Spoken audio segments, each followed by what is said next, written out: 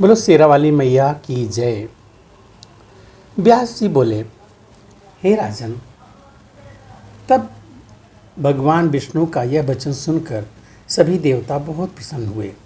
वे तुरंत महालक्ष्मी को वस्त्र, आभूषण और अपने अपने आयुध प्रदान करने लगे।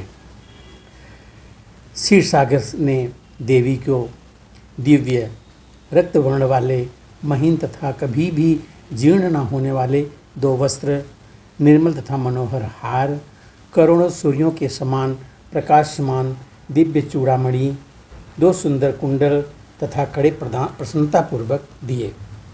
विश्वकर्मा ने भुजाओं पर धारण करने के लिए बाजूबंद और अनेक प्रकार के रत्न जड़ित दिव्य कंकण प्रसन्नचित्त होकर उन्हें प्रदान किए।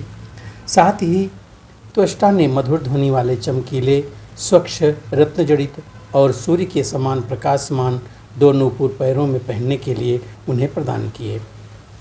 महासमुद्र ने उन्हें गले में धारण करने के लिए मनोहर कंठ हार और रत्नों से निर्मित तेजोमय अंगूठियां प्रदान की। वरुण देव ने कभी न मुरझाने वाले कमलों की माला, जो सुगंध से परिपूर्ण थी तथा जिस पर भंवरे मंडरा रहे थे, और वैजयंती नामक माला भगवती को प्रदान की। हिमवान ने प्रसन्न होकर उन्हें नाना प्रकार के रत्न तथा सुवर्ण के समान चमकीले वर्ण वाला एक मनोहर सिंह वाहन के रूप में प्रदान किया। सभी लक्षणों से संपन्न तथा सुंदर रूप वाली वह कल्याणमयी श्रेष्ठ भगवती दिव्य आभूषणों से विभूषित होकर सिंह पर आरूढ़ होकर अत्यंत सुशोभित हो रही थी। तत्पश्चात भगवान विष्णु ने अपने चक्र से उत्पन्न करके सहस्त्र अरों वाला तेज संपन्न और दैत्यों का सिर काट लेने की सामर्थ्य वाला एक चक्र उन्हें प्रदान किया। शंकर जी ने अपने त्रिशूल से उत्पन्न करके भगवती को एक ऐसा त्रिशूल अर्पण किया जो दानवों को काट डालने की शक्ति से संपन्न तथा देवताओं का भय का नाश करने वाला था। वरुण देव ने अपने शंख से उत्पन्न करके प्रसन्नचित्त होकर देवी को एक ऐसा शंख प्रदान किया जो मंगलमय, अत्यंत उज्ज्वल तथा तीव्र ध्वनि करने वाला था। अग्निदेव ने प्रसन्नचित्त होकर सैकड़ों शत्रुओं का संहार करने वाली, मन के समान तीव्र गति से चलने वाली तथा दैत्यों का विनाश करने वाली एक शक्ति उन्हें प्रदान की।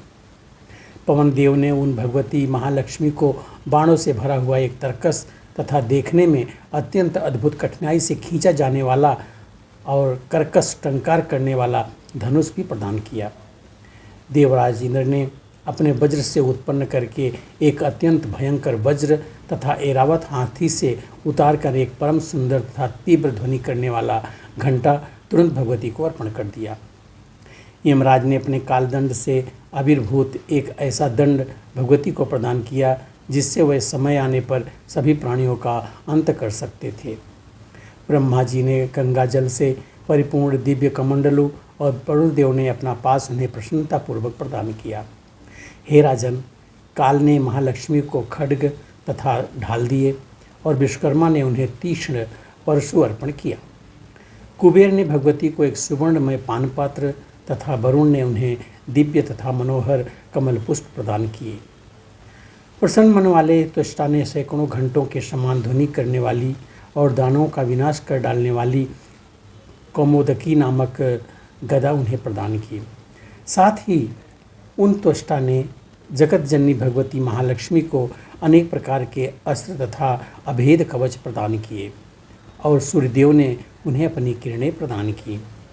इस प्रकार सभी आयुधों तथा आभूषणों से युक्त उन भगवती को देखकर देवतागण अत्यंत विस्मित हुए और त्रैलोक्य मोहिनी उन कल्याणकारिणी देवी की स्तुति करने लगे।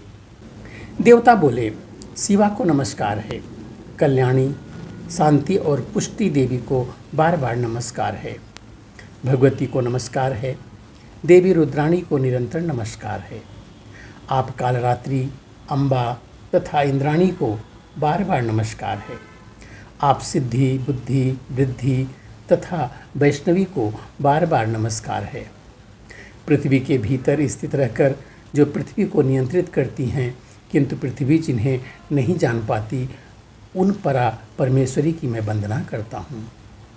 जो माया के अंदर स्थित रहने पर भी माया के द्वारा नहीं जानी जा सकीं तथा जो माया के अंदर विराजमान रहकर उसे प्रेरणा प्रदान करती हैं, प्रेरणा प्रदान करने वाली भगवती शिवा को हम नमस्कार करते हैं। हे माता, आप हमारा कल्याण करें और शत्रुओं से संत्रस्त हम देवताओं की रक्षा करें। आप अपने तेज से इस मोहग्रस्त पापी महिषासुर का वध कर डालें। यह महिषासुर दुष्ट, घोर, मायावी, केवल स्त्री के द्वारा मारा जा सकने वाला, वरदान प्राप्त करने से अभिमानी, समस्त देवताओं को दुख देने वाला तथा अनेक रूप धारण करने वाला महादुष्ट है। हे भक्तवत्सले, एकमात्र आप ही सभी देवताओं की शरण हैं। दानव महिषासुर से पीड़ित हम देवताओं की आप रक्षा कीजिए। हे देवी, आपको नमस्कार है। व्यास जी बोले, इस प्रकार सब देवताओं की स्तुति करने पर समस्त सुख प्रदान करने वाली महादेवी मुस्कुराकर उन देवताओं से यह मंगलमय वचन कहने लगी। देवी बोली, हे देवतागण, आप लोग मंदबुद्धि महिषासुर का भय त्याग दें। मैं वर पाने के कारण अभिमान में चूर तथा मोहग्रस्त उस महिषासुर को आज ही रण में मार डालूंगी। व्यास जी बोले, देवताओं से ऐसा कहकर वह भगवती अत्यंत उच्च स्वर में बोली। इस प्रकार इस संसार में यह बड़ी विचित्र बात है कि यह सारा जगत ही भ्रम तथा मोह से ग्रसित है। ब्रह्मा, विष्णु, शिव, इंद्र आदि तथा अन्य देवता भी महिषासुर के से भयभीत होकर कांपने लगे हैं। हे श्रेष्ठ देवताओं, दैवल बड़ा ही भयानक और दुर्जय है। काल ही सुख और दुख का करता है। यही सबका प्रभु तथा ईश्वर है। सृष्टि पालन तथा संहार करने में समर्थ रहते हुए भी वह देव ब्रह्मा आदि मोहग्रस्त हो जाते हैं, कष्ट भोगते हैं और महिषासुर के द्वारा सताए जाते हैं। मुस्कुराकर ऐसा कहने के पश्चात देवी अट्टहास करने लगी। उस अट्टहास का महाभयानक गर्जन दानवों को भयभीत कर देने वाला था। उस अद्भुत शब्द को सुनकर पृथ्वी कांपने लगी। सभी पर्वत चलायमान हो उठे और अगाध महासमुद्र में विक्षोभ उत्पन्न होने लगा। उस शब्द से सुमेरु पर्वत हिलने लगा और सभी दिशाएं गूंज उठी। उस तीव्र ध्वनि को सुनकर सभी दानव भयभीत हो गए। सभी देवता परम प्रसन्न होकर आपकी जय हो, हमारी रक्षा करो, ऐसा उन देवी से कहने लगे। अभिमान में चूर महिषासुर भी वह ध्वनि सुनकर क्रुद्ध हो उठा। उस ध्वनि से सशंकित महिषासुर ने दैत्यों से पूछा, यह कैसी ध्वनि है? इस ध्वनि के उद्गम स्थल को जानने के लिए दूतगण तत्काल यहाँ से जाएं। कानों को पीड़ा पहुँचाने वाला यह अति भीषण शब्द किसने किया है? देवता या दानव, जो कोई भी इस ध्वनि को उत्पन्न करने वाला हो, उस दुष्टात्मा को पकड़कर मेरे पास ले आए। ऐसा गर्जन करने वाले उस महाभिमान जो मद में उन्मत्त दुराचारी है, उसको मैं मार डालूंगा। मैं क्षीण आयु तथा मंद बुद्धि वाले उस दुष्ट को अभी यमपुरी पहुंचा दूंगा। देवता मुझसे पराजित होकर भयभीत हो गए हैं, अतः वे ऐसा गर्जन कर ही नहीं सकते। दानव भी ऐसा नहीं कर सकते, क्योंकि वे सब तो मेरे अधीन हैं। तो फिर यह मूर्खतापूर्ण चेष्टा किसकी हो सकती है? अब दूतगण इस शब्द के कारण का पता लगाकर मेरे पास शीघ्र आएँ। तत्पश्चात मैं स्वयं वहाँ जाकर ऐसा व्यर्थ कर्म करने वाले उस पापी का वध कर दूंगा। व्यास जी बोले, महिषासुर के ऐसा कहने पर वह दूत शब्द के कारण का पता लगाते लगाते समस्त सुंदर अंगों वाली, 18 भुजाओं वाली, दिव्य विग्रहमयी, सभी प्रकार के आभूषणों से अलंकृत, संपूर्ण शुभ लक्षणों से संपन्न, उत्तम आयुध धारण करने वाली और हाथ में मधुपात्र लेकर बार बार उसका पान करती हुई भगवती के पास पहुँच गए। उन्हें देखकर वे भयभीत हो गए और व्याकुल तथा सशंकित होकर वहाँ से भाग चले। महिषासुर के पास आकर वह उससे ध्वनि का कारण बताने लगे। दूत बोले, हे दैत्येंद्र, यह कोई प्रौढ़ा स्त्री और देवी की भांति दिखाई देती है। उस स्त्री के सभी अंगों में आभूषण विद्यमान हैं तथा वह सभी प्रकार के रत्नों से सुशोभित है। वह स्त्री ना तो मानवी है और ना तो आसुरी है। दिव्य विग्रह वाली वह स्त्री बड़ी मनोहर है। 18 भुजाओं वाली वह श्रेष्ठ नारी नानाविध आयुध धारण करके सिंह पर विराजमान है। वही स्त्री गर्जन कर रही है। वह मदोन्मत्त दिखाई दे रही है। वह निरंतर मद्यपान कर रही है। हमें ऐसा जान पड़ता है कि अभी वह विवाहिता नहीं है।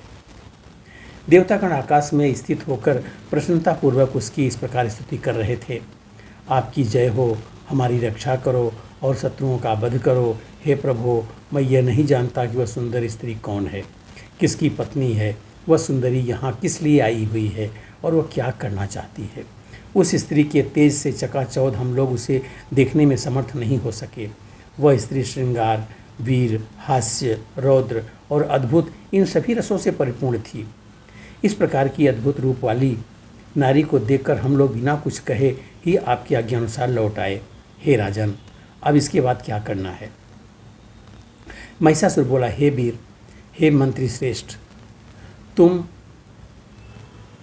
मेरे आदेश से सेना साथ में लेकर जाओ और साम आदि उपायों से उस सुंदर मुख वाली स्त्री को यहाँ ले आओ। यदि वह स्त्री साम दाम भेद इन 3 उपायों से भी ना आए तो उस सुंदरी को बिना मारे ही पकड़कर मेरे पास ले आओ। यदि वह मृगनयनी प्रीतिपूर्वक आएगी तो मैं हंस के समान भौहों वाली उस स्त्री को प्रसन्नतापूर्वक अपनी पटरानी बनाऊंगा। मेरी इच्छा समझकर जिस प्रकार रसभंग ना हो वैसा करना। मैं उसकी रूप राशि की बात सुनकर मोहित हो गया हूँ।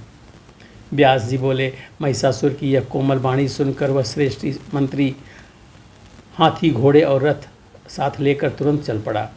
वहाँ पहुंचकर कुछ दूर खड़े होकर वह सचिव कोमल तथा मधुर वाणी में विनम्रतापूर्वक उस दृढ़ निश्चय वाली नारी से कहने लगा। प्रधान बोला, हे मधुरभाषिणी, तुम कौन हो और यहाँ क्यों आई हो। हे महाभागे, मेरे मुख से ऐसा कहलाकर मेरे स्वामी ने तुमसे यह बात पूछी है। उन्होंने समस्त देवताओं को जीत लिया है और वह मनुष्यों से अवध्य हैं। हे चारुलोचने, ब्रह्मा जी से वरदान पाने के कारण वे बहुत गर्वयुक्त रहते हैं। वह दैत्यराज महिष बड़े बलवान हैं और अपनी इच्छा के अनुसार वे सदा विविध रूप धारण कर सकते हैं।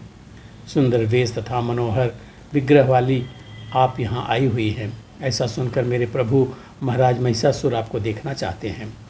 वह मनुष्य का रूप धारण करके आपके पास आएंगे।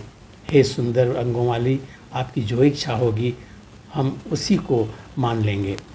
हे बालमृग के समान नेत्रों वाली, अब आप उन बुद्धिमान राजा महिष के पास चलें, और नहीं तो मैं स्वयं जाकर आपके प्रेम में लीन राजा महिष को यहाँ ले आऊँ।